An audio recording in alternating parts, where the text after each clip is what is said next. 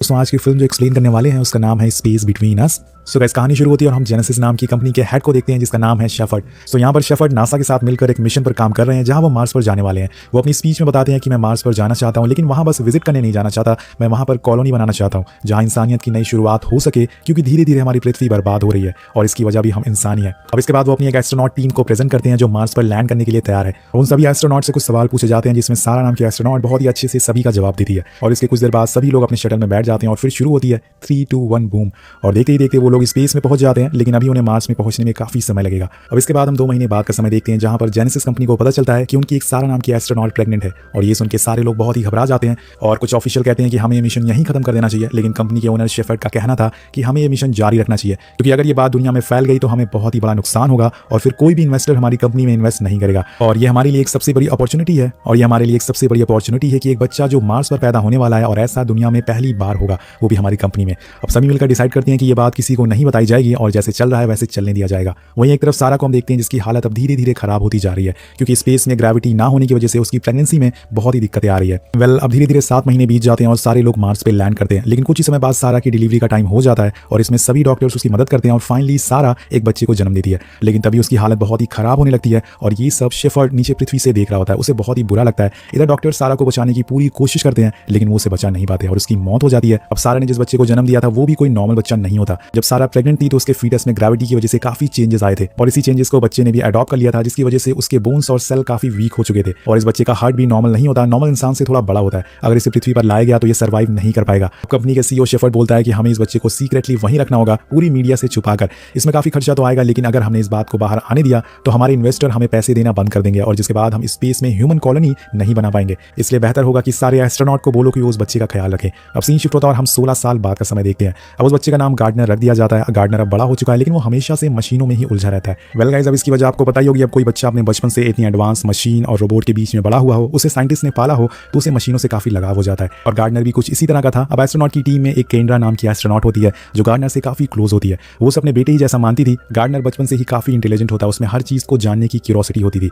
वो हमेशा खुद की खोज में लगा रहता था। उसकी मॉम कहाँ से आई है और कौन थी ये जानने में वो हमेशा बिजी रहता था। अब एक दिन वो चुपके से लॉकर रूम में घुस जाता है और जहां उसे अपनी माँ सारा का भी लॉकर मिलता है, जिसके बाद वो उसके अंदर रखी सारी चीजों को अपने रूम में लेके आता है, जिसमें उसे अपनी माँ की एक रिंग मिलती है जो वो पहन लेता है और साथ साथ में उसे एक पेन ड्राइव भी मिलती है जिसमें कुछ फोटोज और वीडियोस होती हैं। और एक वीडियो में गार्डनर देखता है कि सारा एक आदमी के साथ है और वो समझ जाता है कि ये कोई और नहीं बल्कि उसके डैड है और ये देखकर वो रोने लगता है। अब वो अपने डैड को किसी भी हालत में ढूंढना चाहता है, उनसे मिलना चाहता है। अब इसके बाद हम एक टल्सा नाम की लड़की को देखते हैं जो अर्थ पर रहती है और गार्डनर कई महीनों से उसे चैट पर बातें कर रहा है। उसे नहीं पता होता कि गार्डनर मार्स से उसे बातें कर रहा है। टल्सा अपने बारे में काफी चीजें गार्डनर को बताती है, जैसे कि वो एक बिंदास तरह की लड़की है और हमेशा से खुश रहना चाहती है। वो अपने सारे सपनों को पूरा करना चाहती है ताकि जब वो बूढ़ी हो जाए तो उसे किसी बात का गम ना रहे। वो ये भी बताती है कि उसका इस दुनिया में कोई नहीं है और वो एक ऑर्फनेज में रहती है और कुछ दिन वो एक नई फैमिली के साथ शिफ्ट होने जा रही है। वहीं दूसरी तरफ गार्डनर भी अपने सपनों के बारे में उसे बताता है, जिसमें वो कहता है कि वो अभी अपनी मंजिल की तलाश में है, लेकिन उसे एक बीमारी है जिसकी वजह से वो घर से बाहर नहीं निकल सकता।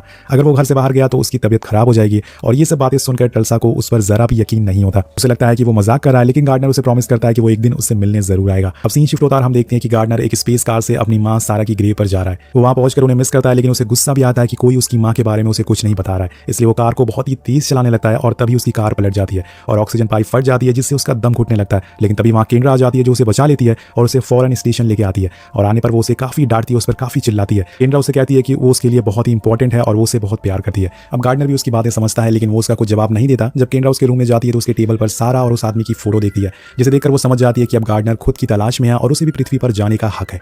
अगले दिन वो शेफर्ड से वीडियो पर कॉल करती है जहां नासा के साइंटिस्ट भी मौजूद होते हैं। केंद्र शेफर्ड को बताती है कि अब हमें गार्डनर को अर्थ पर लाना चाहिए, लेकिन शेफर्ड कहता है कि ऐसा पॉसिबल नहीं है, इसलिए हमें गार्डनर पर एक कॉम्प्लिकेटेड सर्जरी करनी होगी और वो सक्सेसफुल हो इस चीज की कोई गारंटी नहीं है। अगर वो धरती पर आया तो उसकी जान जा सकती है। लेकिन वहीं पर खड़ा टॉम जो कि नासा का साइंटिस्ट होता है वो कहता है कि मैं तुम्हारी परमिशन नहीं मांग रहा हूं, मैं तुम्हें बता रहा हूं, हम गार्डनर को धरती पर ला रहे हैं। और केंद्र जब ये बात गार्डनर को बताती है तो उसे सुनकर वो बहुत ही खुश होता है कि फाइनली वो अपने डैड से मिलने जा रहा है। जिसके बाद हम देखते हैं कि गार्डनर की सर्जरी स्टार्ट हो चुकी है और उसकी फिजिकल स्ट्रेंथ को भी बढ़ाया जाता है और फिर कुछ दिन बाद आखिरकार वो समय आ जाता है जब वो अर्थ पे आने वाला होता है। उसकी थोड़ी देर पहले तल्सा को वो कॉल लगाता है और उसे बताता है कि वो जल्द ही उससे मिलने वाला है। अब हम देखते हैं कि गार्डनर के साथ केंद्र भी अर्थ पर आने वाली है। दोनों बीच रास्ते में एक दूसरे के बारे में काफी चीजें जानते हैं। वहीं एक तरफ शेफर्ड भी बार बार उन लोगों की दूरी को चेक करता है और वेल गाइस हमें पता चलता है कि स्पेस शटल अब लैंड हो चुका है और कुछ ही देर में गार्डनर अपना पहला कदम पृथ्वी पर रखेगा। अब उसे एक चश्मा पहनाया जाता है ताकि उसकी आंखें नॉर्मल रहे, उसकी आंखें रोशनी से चुभे ना। अब कुछ दिन बाद उसके काफी सारे टेस्ट किए जाते हैं ताकि नासा पता लगा सके कि असल में यहाँ सर्वाइव कर पाएगा या फिर नहीं, और इस टेस्ट में वो फेल हो जाता है, जिसके बाद उसे दोबारा मार्स पर भेजने की तैयारी होने लगती है। लेकिन जब इसकी खबर गार्डनर को लगती है तो एक रात वहां से चुपकी से भाग जाता है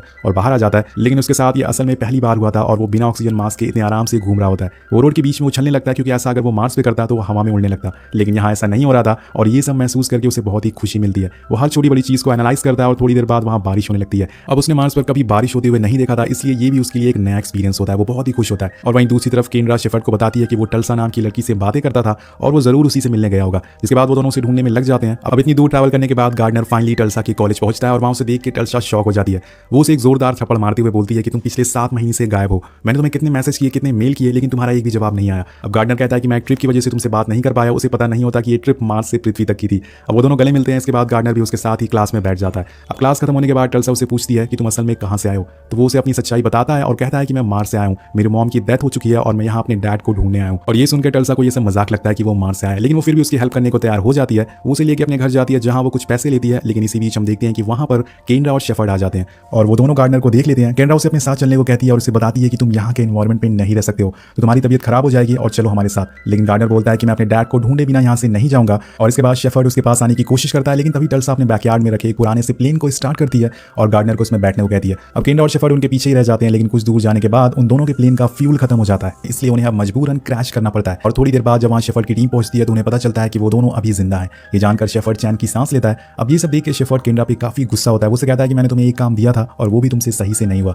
केंड्रा भी उस पर गुस्सा होती है कि ये तुम्हारा मिशन था, तुम चाहते तो इसे रोक सकते थे, लेकिन तुमने हार मान ली। अब सीन शिफ्ट होता है और हम गार्डनर और टल्सा को देखते हैं। दोनों एक कार रेंट पर लेते हैं और आगे का सफर शुरू करते हैं। लेकिन ये सफर गार्डनर के लिए काफी अमेजिंग होने वाला था। अब रास्ते में टल्सा उसे दोबारा पूछती है कि तुम कहाँ से हो, तो गार्डनर उसे वही जवाब देता है कि वो मार्स पर पैदा हुआ है। अब ये सुनकर टल्सा बहुत ही गुस्सा हो जाती है और कार से बाहर आ जाती है, लेकिन गार्डनर के बहुत समझाने पर उसकी मदद करने के लिए मान जाती है। अब दोनों निकल जाते हैं आगे के सफर के लिए, लेकिन इनके पास ना तो सारा का हस्बैंड का एड्रेस था और ना ही उसका नाम। लेकिन गार्डनर के पास उसकी माँ की रिंग होती है जिसमें कुछ लिखा हुआ होता है। अब टल्सा उसके बारे में नेट पर सर्च करती है तो उसे उसके बनाने वाले का पता चल जाता है और ये भी पता चलता है कि ये काफी खास तरह की वेडिंग रिंग है। अब ये दोनों उस आदमी के एड्रेस पर निकल जाते हैं जिसका नाम शमन नेका होता है। वहीं दूसरी तरफ केंड्रा को डॉक्टर का कॉल आता है जिसमें उसे बताया जाता है कि गार्डनर की ब्लड रिपोर्ट नेगेटिव आई है और उसका हार्ट आम लोगों की तरह नहीं है और अगर जल्द से जल्द उसे ग्रेविटी से दूर नहीं ले जाया गया तो वो ज्यादा टाइम तक जिंदा नहीं रह पाएगा। अब ये जान के दोनों फिर से उसे ढूंढने में लग जाते हैं। वहीं एक तरफ गार्डनर और टल्सा सफर के मजे ले रहे होते हैं। दोनों के बीच में काफी अंडरस्टैंडिंग हो जाती है और कुछ दिन बाद दोनों एक कस्बे में पहुंचते हैं जहां पे उन्हें शमन मिल जाता है। लेकिन उसे बात करने पर इन्हें पता चलता है कि ये रिंग उसने किसी आदमी के कहने पर बनाई थी। टल्सा उस आदमी का एड्रेस लेती है जो असल में समरलैंड में होता है। जिसके बाद ये दोनों एक बार फिर से नए एड्रेस के लिए निकल जाते हैं। अब रास्ते में ये लोग लॉस वेगस रुकते हैं जो कि देखने में बहुत ही खूबसूरत होता है, लेकिन तभी गार्डनर की तबीयत बिगड़ना चालू हो जाती है और वो बेहोश हो जाता है। और टल्सा फौरन उसे एडमिट करने ले जाती है, लेकिन जब वहाँ डॉक्टर उसे चेक करते हैं तो वो टल्सा को बताते हैं कि ऐसा इंसान हमने पहली बार देखा है क्योंकि इसका हार्ट, उसकी बोन्स बहुत ही अलग तरह की है, इसमें अलग तरह की सर्जरी की गई है। अब ये सुन के टल्सा को यकीन हो जाता है कि जो भी गार्डनर कह रहा था वो सच है, वो सच में मार्स से आया है। अब गार्डनर को जैसे ही होश आता है तो उसे कहती है कि हमें अब केंड्रा को कॉल लगानी चाहिए क्योंकि तुम्हारी तबीयत अब सही नहीं है। लेकिन गार्डनर अभी भी अपने डैड को देखने की जिद में ही था। टल्सा उसे बहुत समझाती है कि तुम यहाँ नहीं रह सकते हो, पर वो अपने डैड को देखे बिना नहीं जा सकता और टल्सा उसकी जिद के सामने हार जाती है। उसे चुपके से हॉस्पिटल के बाहर ले जाती है। जिसके बाद वो दोनों समरलैंड के लिए निकल जाते हैं और उनके जाने के बाद वहाँ कुछ ऑफिशियल आते हैं, लेकिन उन्हें वहाँ कुछ नहीं मिलता। अब गार्डनर पहले वहाँ से निकल चुका था। अब सीन शिफ्ट होता है और शेफर्ड को बताया जाता है कि आखिरी बार टल्सा ने एक क्रेडिट कार्ड को यूज किया था जिसकी लोकेशन नॉर्थ कैलिफोर्निया आ रही है। अब ये सुनते ही शेफर्ड बोलता है कि मुझे पता है कि वो दोनों कहाँ गए होंगे। सीन कट होता है और हम देखते हैं कि टल्सा और गार्डनर दोनों समरलैंड पहुंच गए हैं और ये वही जगह होती है जहाँ सारा उस आदमी के साथ फोटो में थी।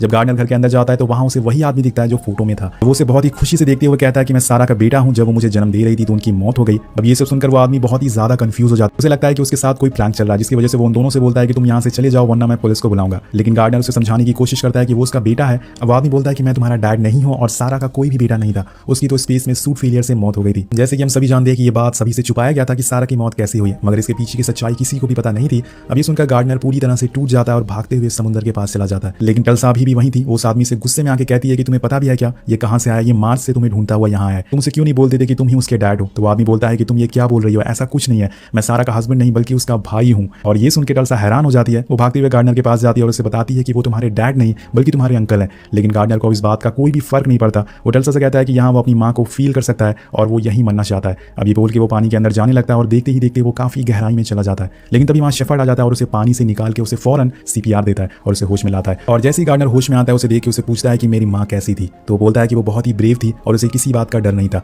गार्डनर उसे पूछता है कि तुम ही मेरे डैड हो ना। तो उसके जवाब में शेफर्ड बोलता है कि हाँ। वेल यहाँ पर पूरी मूवी का प्लॉट खुल जाता है। शेफर्ड बोलता है कि मैं तुमसे हमेशा से मिलना चाहता था लेकिन चीजें मेरे हाथ में नहीं थी और इसी वजह से मुझे खुद पे गिल्ट फील होने लग गया था, लेकिन आज मैं तुम्हें कुछ नहीं होने दूंगा। अब गार्डनर भी उसे अपना डैड मान लेता है, लेकिन यहाँ उसकी हालत बहुत ही खराब हो चुकी थी। अब जितनी जल्दी हो सके उसे ऑर्बिट से दूर ले जाना होगा, ग्रेविटी से बाहर ले जाना होगा। उसके बाद फौरन उसे एक स्पेस शटल के पास ले जाया जाता है और उसे एक टेक ऑफ करके सीधा ऑर्बिट के बाहर ले जाया जाता है। फाइनली दोस्तों वो ग्रेविटी से बाहर आ जाता है और ग्रेविटी ना होने की वजह से सभी चीज़ें हवा में उड़ने लगती है। लेकिन वही गार्डनर अब धीरे धीरे ठीक होने लगता है क्योंकि वो फिर से अपने इन्वायरमेंट में आ गया था और कुछ देर बाद उसे पृथ्वी पर दोबारा लाया जाता है, जहाँ उसे पूरी तरह से तैयार करके अब मार्स पर भेजने की तैयारी की जाती है। वो जाने से पहले केंद्रा से मिलता है और केंद्रा कहती है कि मैं तुम्हें मिस करूंगी। गार्डनर कहता है कि आप बेस्ट मॉम हो जो मेरे पास नहीं थी। अब ये सुनकर केंद्रा बहुत इमोशनल हो जाती है और जिसके बाद केंद्रा शटल में बैठ के मार्स के लिए निकल जाता है। लेकिन जब वो टल्सा को आखिरी बार गुड बाय बोलता है तो उसकी भी आंखों में आंसू आ जाते हैं। अब गार्डनर पृथ्वी को छोड़कर नहीं जाना चाहता था, लेकिन उसके पास कोई ऑप्शन नहीं था, इसलिए अब मार्स के लिए निकल जाता है और उसके साथ उसके डैड शेफर्ड भी होते हैं। वेल, कुछ दिनों बाद का समय हम देखते हैं जहां टल्सा के पास जाती है और उसे बताती है कि वो अब रिटायर हो गई है और चाहती है कि टल्सा उसके साथ रहे। वो उसे अडॉप्ट करना चाहती है